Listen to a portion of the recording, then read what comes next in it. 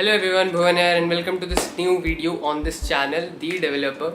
And in this video we'll be discussing about some DSA learning strategies जो मैं या मेरे दोस्त यूज़ करते हैं। और मैंने ये सब चीज़ें अपने दोस्तों से पूछी हैं जो Amazon, Microsoft या बड़े बड़े MNCs या बड़े बड़े स्टार्टअप्स में जॉब कर रहे हैं या फिर उनके प्लेसमेंट्स लग चुके हैं, उन्होंने कैसे क्रैक किया।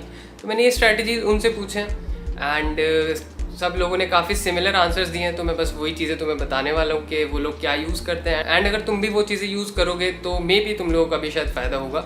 सो इस वीडियो को एंड तक देखना है एंड में मैं ये भी बताऊँगा कि अगर तुम्हारे प्लेसमेंट 2 या 3 महीने में तो तुम्हारी क्या स्ट्रैटेजी होनी चाहिए, तो तुम्हारा क्या माइंडसेट होना चाहिए और तुम्हें कैसे चीज़ें परस्यू करनी चाहिए। तो सबसे पहले आते हैं इस क्वेश्चन पे कि हम डीएसए पढ़ ही क्यों रहे हैं। अगर हमें कंपनी में जाकर डेवलपमेंट ही करना है तो क्या इंपॉर्टेंस है डीएसए पढ़ने की। तो यार डीएसए काफ़ी इंपॉर्टेंट है क्योंकि ये तुम्हारे कोड को ऑप्टिमाइज़ करता है। तुम्हारे जो कोड ले रहा होगा 10 सेकेंड उसको मतलब ये इतना अगर तुम एल्गोरिदम अच्छे से लिखते हो तो वो माइक्रो सेकेंड्स में भी कट चल जाता है। तो इतना ज़्यादा ऑप्टिमाइजेशन हो जाता है सिर्फ डेटा स्ट्रक्चर एंड एल्गोरिदम सीख के। तो इसलिए ये काफ़ी इंपॉर्टेंट चीज़ है एंड इसका मतलब ये नहीं है तुम अपने डेवलपमेंट छोड़ दो या अपना जो भी वेब डी कर रहे हो, ब्लॉकचेन कर रहे हो, वो सब छोड़ दो। नहीं, वो नहीं छोड़ना है क्योंकि यार एक्चुअली इन दी एंड ये डीएसए वगैरह जो भी चीज़ें हैं ये तुम्हें इम्प्लीमेंट उधर ही करनी है। तो वो चीज़ें तुम्हें आनी चाहिए कि प्रैक्टिकल यूज़ क्या होता है एग्जैक्टली, हम क्या कर रहे हैं, हम ऐप कैसे बना रहे हैं, हम वेबसाइट्स कैसे बना रहे हैं, तो ये चीज़ें फास्ट कैसे हो रही हैं, वो चीज़ डीएसए से होती है, राइट। सो इसलिए डीएसए इंपॉर्टेंट है, इसलिए तुम्हें सीखना पड़ेगा। तो यूजुअली क्या होता है हमारे कॉलेज करिकुलम में जो डीएसए होता है वो काफ़ी थ्योरेटिकल होता है एंड उतना प्रैक्टिकल यूज़ नहीं होता। मतलब अगर तुम सिर्फ उसे पढ़ के जाओ और मैं तुमसे बोल दूँ ट्रीज़ का ये क्वेश्चन कर दो या फिर डायनेमिक प्रोग्रामिंग का ये क्वेश्चन कर दो, सो यू कांट, तुम नहीं कर पाओगे, ठीक है, अगर उतना ही बस तुमने थ्योरेटिकल पढ़ा हुआ है। तो इसी की वजह से काफ़ी लोग ना एल्गोरिदम्स रट रहे होते हैं एंड वो बहुत गलत अप्रोच है। वो मतलब ठीक है, अगर उस क्वेश्चन के अलावा मैंने तुम्हें कुछ दूसरा क्वेश्चन दे दिया तुम नहीं कर पाओगे ना, तो उस चीज़ से तुम कहीं नहीं जा सकते। उस चीज़ से मे भी शायद एकेडमिक्स में तुम्हारे मार्क्स आ जाए बट ना तुम कोई इंटरव्यू क्रैक कर पाओगे, ना तुम कोई कोडिंग राउंड क्रैक कर पाओगे अगर उससे अलग कोई क्वेश्चन आता है। तो रटना is not something you want to do. तो अब आते हैं यार वही काफ़ी फेमस क्वेश्चन पे कि तुम्हें C++ में करना चाहिए, तुम्हें जावा में करना चाहिए। तो यार एक्चुअली डीएसए तुम किसी भी लैंग्वेज में कर सकते हो, तुम पाइथन में भी कर सकते हो, तुम जावास्क्रिप्ट में भी कर सकते हो। तो अब बट पीपल वोंट रिकमेंड, ठीक है, तुम पाइथन में करना डीएसए इज़ नॉट समथिंग कि अच्छा हो जाएगा क्योंकि यार पाइथन काफ़ी स्लो लैंग्वेज है। तो इतने में जितने में तुम कोड लिखोगे, जितने में वो रन हो रहा होगा उतने में तुम्हारी वो आ जाएगा TLE, ठीक है, टाइम लिमिट एक्सीडेड, ये एरर आ जाएगा। तो इट डजंट मेक सेंस कि पाइथन में करना है, जावास्क्रिप्ट में करना है। जावास्क्रिप्ट ठीक है, समवेयर इन द मिडिल, ठीक है। तो people usually prefer C++ and Java. तो C++ क्योंकि यार बहुत फास्ट होता है, उसमें मेमोरी मैनेजमेंट भी तुम्हें खुद से नहीं करना पड़ता है एंड जावा भी फास्ट होता है बट C++ जितना नहीं, उसमें मेमोरी मैनेजमेंट तुम्हें खुद देखना पड़ जाता है कभी कभी। और सिंटेक्स थोड़ा सा हार्ड बोल सकते हैं जावा का, थोड़ा सा लंबा बोल सकते हैं, नॉट हार्ड, ठीक है। बाकी काफ़ी चीज़ें सिमिलर ही होती हैं C++ से। तो मैं C++ प्रेफर करता हूँ, मेरे सब दोस्तों ने C++ में किया हुआ है तो इसलिए मैं C++ में करता हूँ, दैट्स द ओनली रीज़न। जावा में भी कर सकते हो, चलेगा। नाउ नेक्स्ट थिंग, दूसरे का कोड देख के समझ लेना is not learning and I am damn sure तुम पहली बार में पक्का गलत करोगे, ठीक है। अगर तुमने दूसरे का कोड देखा, समझ लिया और तुम पहली बार में उसे खुद लिखने जा रहे हो, पक्का गलत करोगे या तुम्हें वापस जाके देखना पड़ेगा। अगर तुम वापस जाके देख रहे हो तो इसका मतलब है तुमने अच्छे से नहीं समझा है, तुम रट रहे हो, ठीक है। तो सिर्फ देख के मत छोड़ देना कि ठीक है ये कोड है, मेरे को समझ आ गया, उसको जाके कोड करना, उसके नोट्स बनाना, ठीक है, ताकि तुम्हें फ्यूचर में वो चीज़ याद रहे। देखो एक चीज़ होती है हैंड मेमोरी, जब भी तुम नोट्स बनाते हो ना तो मतलब तुम्हारे हाथ को पता होता है, तुम्हारे ये हैंड एंड ब्रेन कोऑर्डिनेशन होता है, मसल ब्रेन कोऑर्डिनेशन, तो उससे तुम्हें आइडिया लग जाता है, ठीक है। जब भी तुम मतलब रिकॉल करना चाहोगे वो काफ़ी इजी टू रिकॉल होता है। तो अब आते हैं यार उन पॉइंट्स पे that you have to keep in mind while preparing. तो उनमें सबसे पहली चीज़ है कि तुम्हें फंक्शंस अच्छे से करना है क्योंकि फंक्शंस यार हर जगह यूज़ हो रहे होंगे। यूजुअली अप्रोच क्या होता है कि तुम्हारा जो भी क्वेश्चन होता है ट्री, डीपी का या मतलब किसी का भी, तो एक हेल्पर फंक्शन बनाते हैं, उसमें हम मेजर सारी कोडिंग करते हैं, ठीक है। तुम्हें अलग से फंक्शंस बनाने होंगे, इंसर्ट का फंक्शन बनाना होगा, डिलीट का फंक्शन बनाना होगा। तो ये सारी चीज़ें फंक्शन तुम्हें बनाने पड़ रहे होते हैं, इनमें तुम्हें देखना पड़ेगा आर्गुमेंट कैसे पास हो रहे हैं, कौन से फंक्शन को कहाँ कॉल किया जा रहा है। तो ये सब चीज़ रिकरेंस में फंक्शंस यूज़ होता है। तो functions is very important for your DSA, ठीक है, हर जगह यूज़ हो रहा होगा, हर कोडिंग टेस्ट में तुम्हें यूज़ करना पड़ेगा। तो फंक्शंस अच्छे से पढ़ना एंड सेकंड थिंग, जो भी पढ़ो तो उसके अच्छे से नोट्स बना लो, उसको विजुअलाइज करो, उसका डायग्राम बना के देखो। जैसे अगर ट्री का क्वेश्चन कर रहे हो तो ट्री का प्रॉपर डायग्राम बना के देखो। डीपी का क्वेश्चन कर रहे हो तो डीपी में यूजुअली क्या होता है कि हम डिवाइड एंड कंकर करते हैं, उसके बाद जाके हम एक एक्स्ट्रा पार्ट करते हैं। तो एक्स्ट्रा पार्ट में हम चेक करते हैं इसमें डीपी यूज़ हो भी रहा है या नहीं, ठीक है। तो ये सब चीज़ें तुम्हें जब पढ़ोगे तब पता लगेगा। तो हो भी रहा है या नहीं वाले सीन में क्या होता है, हमें एक ट्री बना के चेक करना होता है कि वापस वो चीज़ें रिडंडेंट हैं या नहीं। अगर हैं तो हमें डीपी यूज़ करना है, ठीक है। तो ऐसे चेक करते हैं, चीज़ें विजुअलाइज करो, उनके डायग्राम बना लो।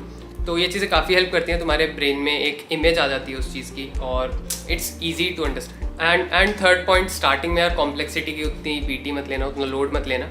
कॉम्प्लेक्सिटी स्टार्टिंग में उतना मैटर नहीं करता है, बट जैसे जैसे तुम आगे करते जाओगे, ठीक है, तुम मतलब प्लेसमेंट के लिए प्रेप करते जा रहे हो तो उसमें कॉम्प्लेक्सिटी मैटर करता है। तो स्टार्टिंग में अगर तुम नाइव अप्रोच से जाओगे या ब्रूट फोर्स से जाओगे तो वो भी चलेगा, बस तुम्हें यू हैव टू अंडरस्टैंड कि मेरे को एक तरीका आता है सॉल्व करने का, ठीक है, भले ही वो बहुत बेकार तरीका हो, but still you have to know कि मेरे को ये तरीका पता है, ये नाइव सोल्यूशन है, ये ब्रूट फोर्स सोल्यूशन है, ठीक है। तो सब मतलब बेसिकली अनऑप्टिमाइज सोल्यूशन है, ठीक है।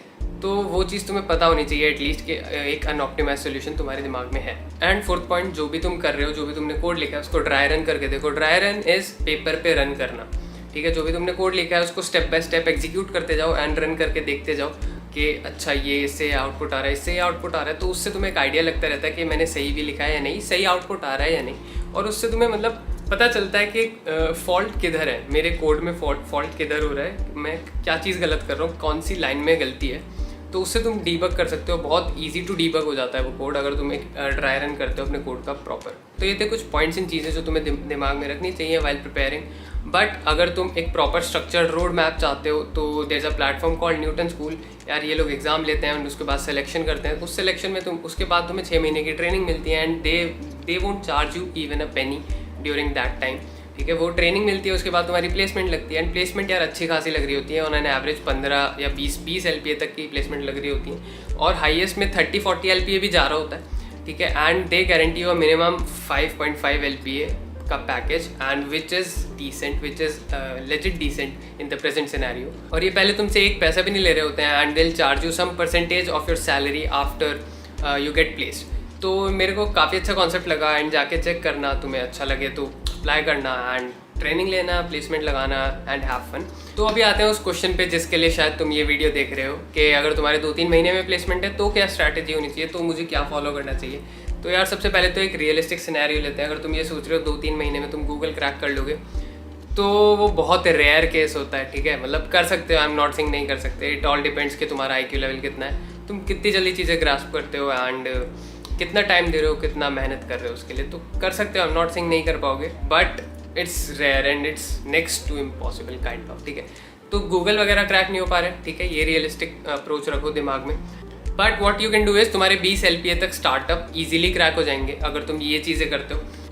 तो इसमें सबसे पहली चीज़ है यार कि जितना हो सके उतने वो क्वेश्चंस करो जो पहले से पूछे गए हैं। आई एम नॉट सेइंग हमेशा ऐसा होता है कि वो स्टार्टअप उठा के तुम्हें क्वेश्चन दे देंगे, बट 50-60% ऐसा हो जाता है कि वो स्टार्टअप डायरेक्टली वो क्वेश्चंस उठा के दे दें जो पहले किसी कंपनी में पूछे गए हैं, या तो अमेज़ॉन, गूगल या फिर माइक्रोसॉफ्ट कहीं पूछे गए हैं।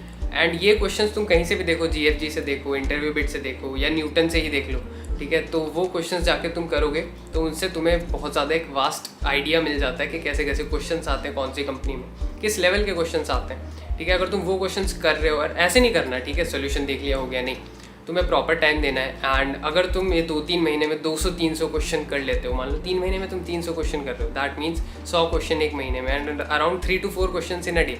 एंड मान लेते हैं तुमको 2 घंटा भी लग रहा है एट मैक्स किसी क्वेश्चन को करने में, तो कितना 6 to 8 आवर्स लगेगा तुम्हें दिन का। तो यार अपने प्लेसमेंट के लिए तुम 6 to 8 आवर्स दे सकते हो। एंड 6 to 8 आवर्स वो तब है इनिशियल डेज में, 1-2 हफ्ते बाद तुम्हें मैं आई एम डैम श्योर तुम्हें आधा घंटे से ज़्यादा नहीं लग रहा होगा किसी क्वेश्चन को करने में। तो यार स्टार्टिंग में थोड़ी डिफिकल्टी होगी, ठीक है, वो क्वेश्चंस करने में जो पहले पूछे गए हैं। एंड 200-300 क्वेश्चंस के बाद I can guarantee you 20 LPA placement, ठीक है।